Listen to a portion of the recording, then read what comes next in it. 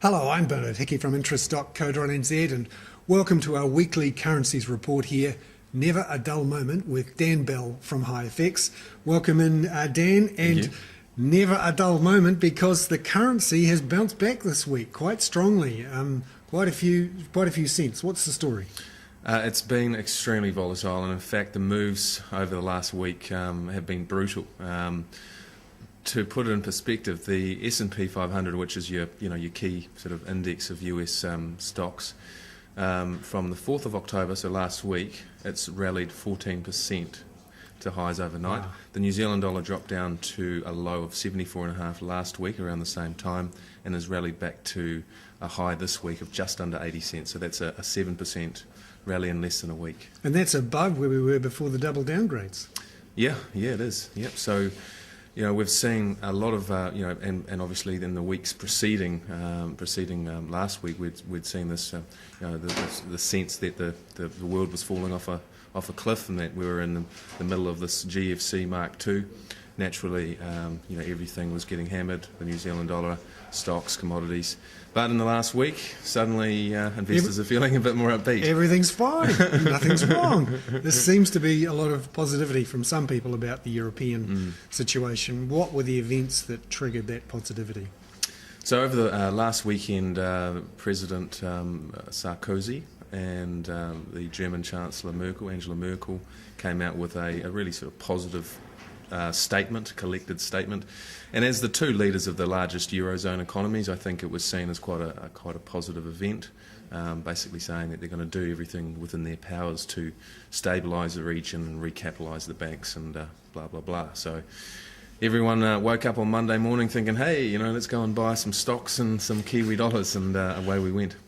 Now let's unpack that assurance from Merkozy, as they call them now, the two, that they would save the euro. It appears that most people believe two things need to happen. Firstly, there needs to be an expanded EFSF, the Euro Rescue Fund, designed to buy bonds of struggling countries. Currently it's about 440 billion euros or so. Some people think it needs to be 2 trillion euros. Yeah. And the theory is the Europeans are going to somehow use the 400 billion and leverage it up with some more debt to make it 2 trillion. That's the first part of it. Second part is the idea that the banks in Europe would need to be recapitalised, potentially a couple of €100 billion there. Let's look through the details firstly of that fund. What would need to happen for that to happen? Well, they would need to all agree who's actually going to fund it and administer it in the first place. And I know that the ECB have turned around and said they don't want a part of it. So, do they create an agency to go out there and raise the necessary capital?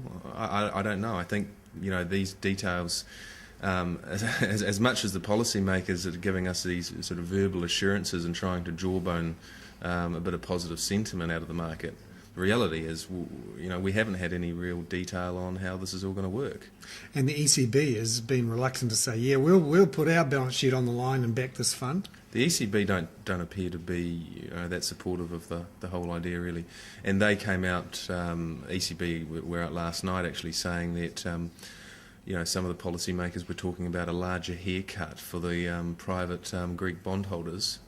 And the ECB said, listen, that if you're expecting private bondholders to take a bigger haircut, then they've already agreed to, which is 21%, because there's some talk that private bondholders should be, getting something like 40 or 50% of a haircut on their Greek exposure. It's going to destabilise the region, create some massive issues for banks and their balance sheets, and you have this whole contagion impact that starts to spread around the global credit market. So, really, the devil is in the detail, and at this stage, there's still a hell of a lot of issues for Europe.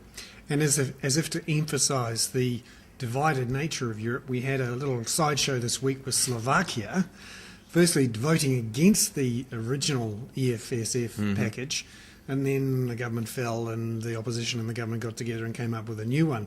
This shows, doesn't it, that 17 nations have to agree to this, and some of them aren't too keen on it. No, exactly. So, yeah, Slovakia, they gave everyone a little bit of a scare earlier on in the week. They were the last of the 17 EU nations to vote on this enhanced bailout fund and turned around and said, no, we're not going through with it. They have a coalition government sort of set up as similar to New Zealand. So obviously one party wanted to dig their toes in, dig their heels in, so to speak. But they have passed the legislation after a bit of theatre.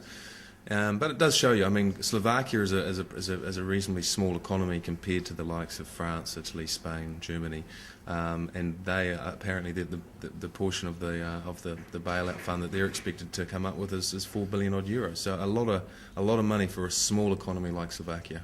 Perhaps they could back the EFSS and bail out the European banks. And looking ahead over the next couple of weeks, we've got a lot of water to go under the bridge and some big events to focus on.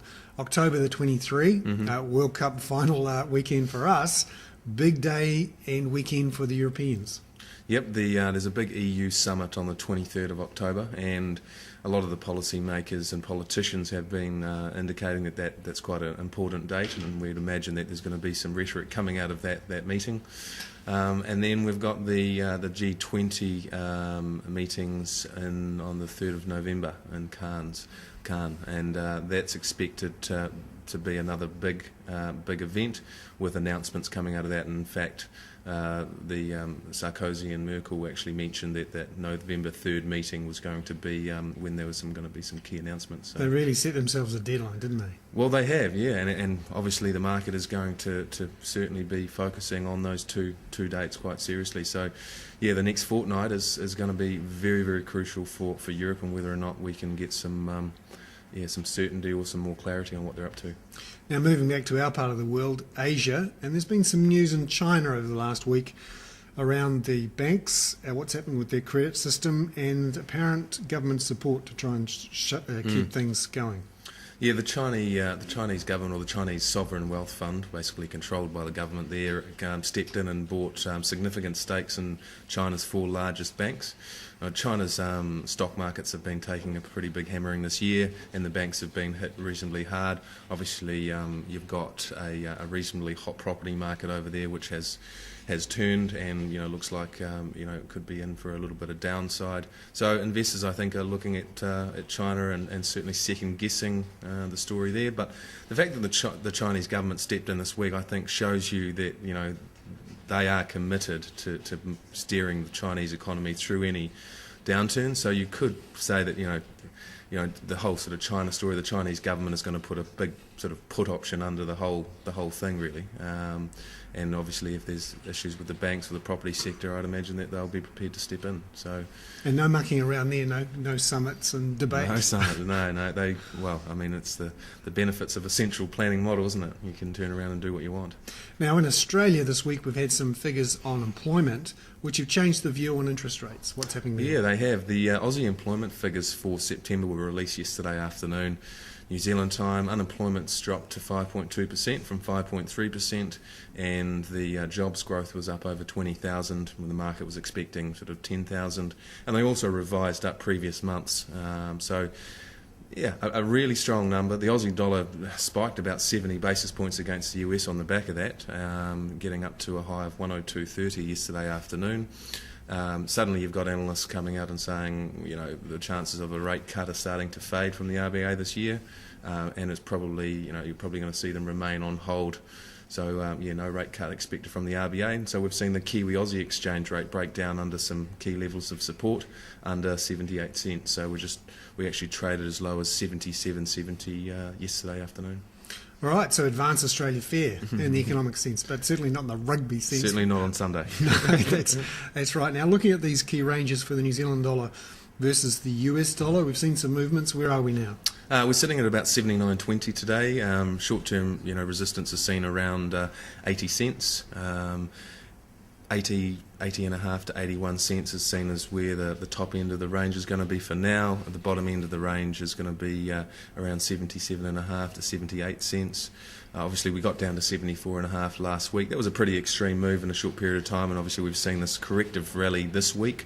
So I think we're sort of stabilising for now, but still, the reality is the New Zealand dollar tends to underperform when the global economy is looking fragile and uncertain, and I don't think that's necessarily changed.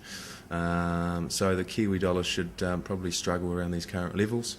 Against the euro, we've been a bit stronger, just trading around 57.80 today. We've been down as low as sort of 56.30 or so on the recent moves to the downside. So again, we're stabilising against the euro and against the pound. Well, the UK economy, their economic data doesn't get any better, and the credit rating agencies downgraded some of the banks in the UK. Lloyd's was downgraded last night. So you've seen the Kiwi pound back up over 50p, trading around 50.5p at the moment, after being as low as 48.5 last week. So the story for the next couple of weeks is really going to be watching what happens in Europe and making sure the All Blacks win. Absolutely. Dan Bell there from HiFX with Never a Dull Moment, our weekly currencies report. I'm Bernard Hickey for interest.co.nz.